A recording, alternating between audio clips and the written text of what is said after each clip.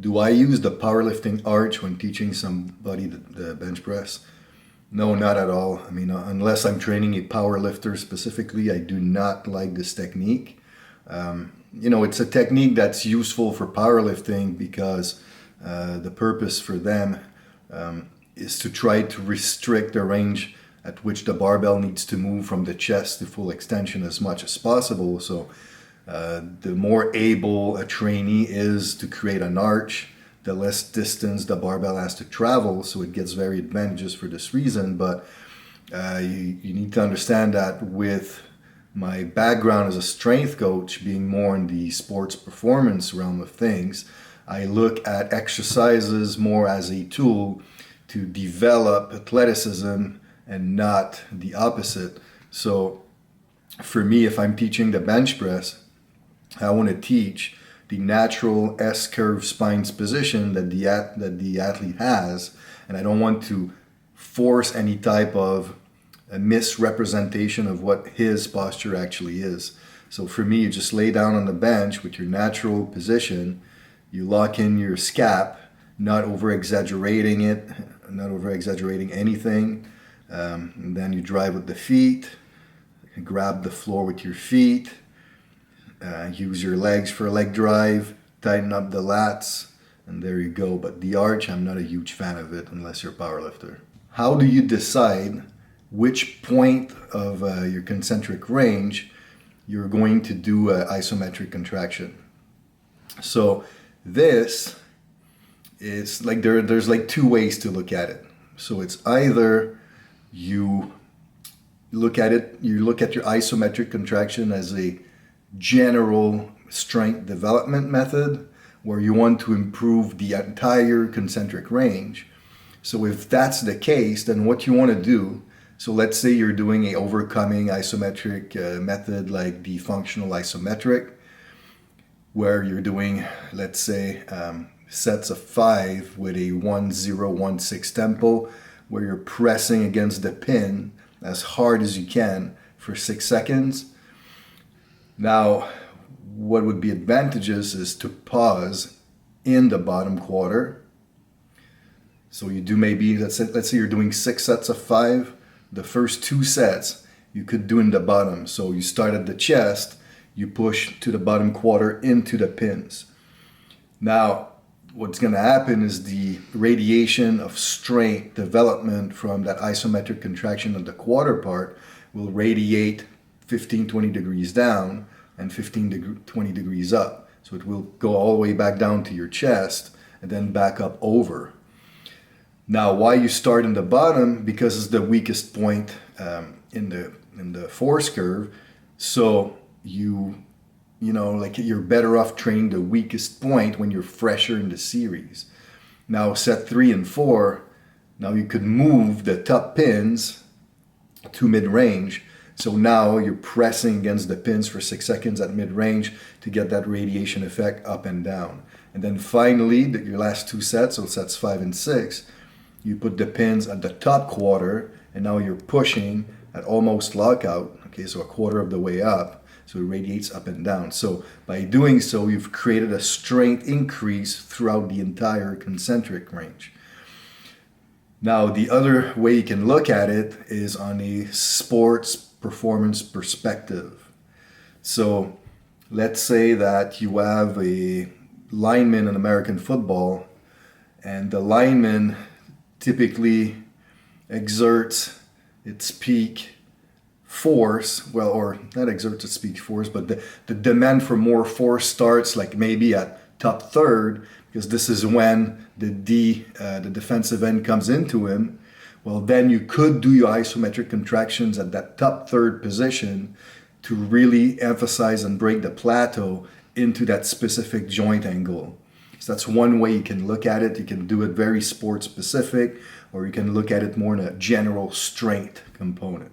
So the question asks if I think that people are too obsessed with methods instead of just going through a standard mid to long-term periodization program. I think so. And by methods, like methods can mean a lot of things for a lot of people, but what I think the question is referring to is because I've talked about this in the past, so many entry-level trainers, they learn from many sources, and they learn a bunch of methods, like the Gironda method, the 8x8, the Charles's 6-12-25 tricep, German volume training, patient lifters method, so a bunch of different methods like this, and people tend to plan from phase to phase to phase to phase, just like using a bunch of methods like this. But the problem is, if all you think about when you're programming is, methods to methods, sometimes these methods don't really make sense on a mid to long-term periodization perspective. They might not really flow between each and every one of them very well, which means that the long-term progress does not happen. Okay, so for example, if you were to do a strength type phase, let's say 6x4, using the patient lifters loading application, and then you're like, oh, okay, now next phase, let's do some fat loss, and then you put that same client on GBC, and then you're like, oh, what is it we haven't done in a while? Oh, let's do contrast training for power, and then you do contrast training. But now the problem is, you've developed strength in your first phase. Then your second phase, you focused on a metabolic body composition method, where for most people, inevitably, you're going to have a loss in strength. And now the third phase, you're asking that person who's just lost strength, although more conditioned, but they lost strength, and now you're asking them to develop power from that loss of strength. So the combination of these methods on a long-term perspective makes no sense. So what's going to happen is, in the long run, that client is never going to perform at the same rate as someone who's following a more structured, periodized program that might be basic on paper, but the fluctuations of intensity and volume, are cumulative and make sense over the course of a long time period, with the absence of fancy method. And that guy, after a year, might have far more results than the other guy who's just jumping from method to method to method with no rhyme or reason for doing it. So to me, I believe that people would do way better if they were to simplify a little bit and just focus on fluctuating intensities and volume, and then use methods when needed. Thoughts on programming loaded carries into a training split?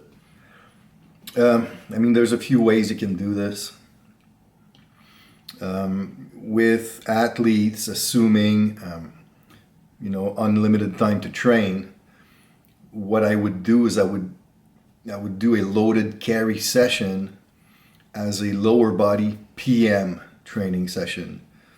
This would kind of match very well with the lower body, in the sense that the fatigue that you accumulated during your AM lower body session, now in the PM you still have fatigue, but assuming you waited 4 to 6 hours, you're still going to be able to perform and do these heavy loaded carries, where the stress on the legs will be great. The stress on the grip will be great, and the upper back as well, but these recover quicker than the lower body. So what's going to happen is, at the end of that day, yes, you overloaded the lower body quite extensively, but now because you put all of these stressors on that one day, you're still going to allow more time to recover. It's one of these things where you're better off slamming hard one body part on one day and let it recover, than slamming a body part, still hard, not as hard, oftentimes during a week. This will really affect recovery.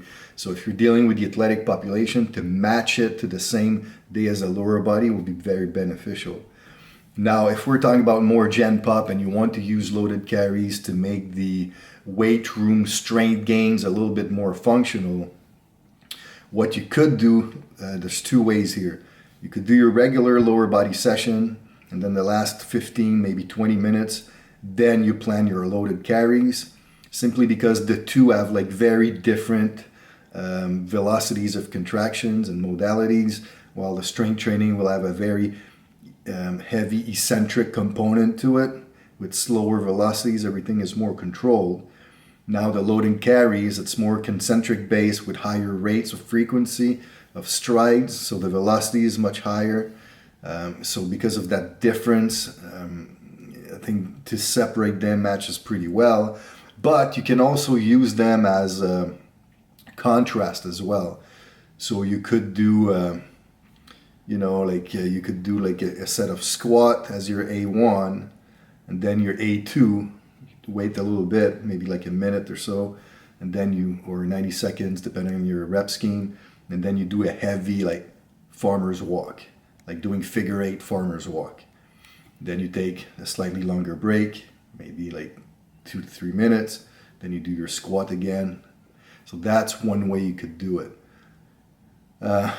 Besides that, I mean, obviously you can just do like loaded carry sessions as standalones multiple times a week, but again, the question was how I integrated strength workouts, so that would be it. Either at the end in a superset / contrast fashion, or for athletes as a standalone training session on the same day as lower body.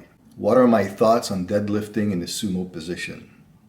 Well, I'm not a huge fan of the sumo deadlift for general training purposes or like sports performance purposes, simply because the one thing that I like about the conventional deadlift is the demand and mobility that it requires, the stress on the lower back and the upper back that it requires, the demand on the posterior chain that it requires.